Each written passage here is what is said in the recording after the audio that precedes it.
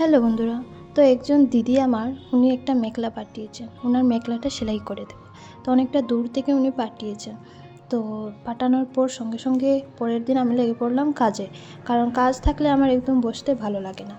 আর যতটুকু পারি কাউকে খারাপভাবে করতেও দেই, মানে কাজটা করে দেই না, যতটুকু পারি নিজের মতো সুন্দর করে ভালো করে করে দিই। তো দিদির মেখলাটা দরকার ছিল 3-4 দিনের ভিতরে। তাই জন্য আমি ভাবলাম যে সেলাইটা করে নিই, কারণ মেখলাতে অনেকটা কাজ থাকে। তো তাই আর কি, ঝটপট বসে পড়লাম সেলাই করতে।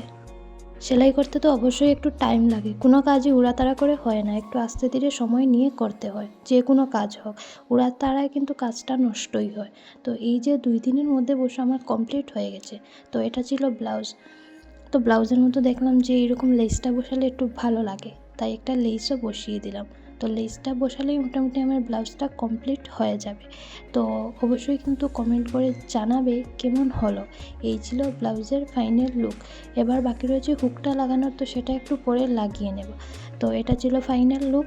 আর বাকি এই যে ছিল পুরো মেখলাটা, যেটা কমপ্লিট হয়ে গেছে আমার। তো এটা ছিল এই যে মেখলার নিচ থেকে একদম মানে আয়রন করে দিয়েছি।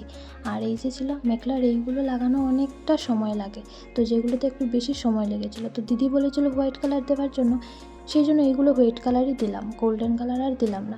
আর এই যে ছিল ব্লাউজটা, কেমন হলো অবশ্যই কিন্তু কমেন্ট করে জানাবে।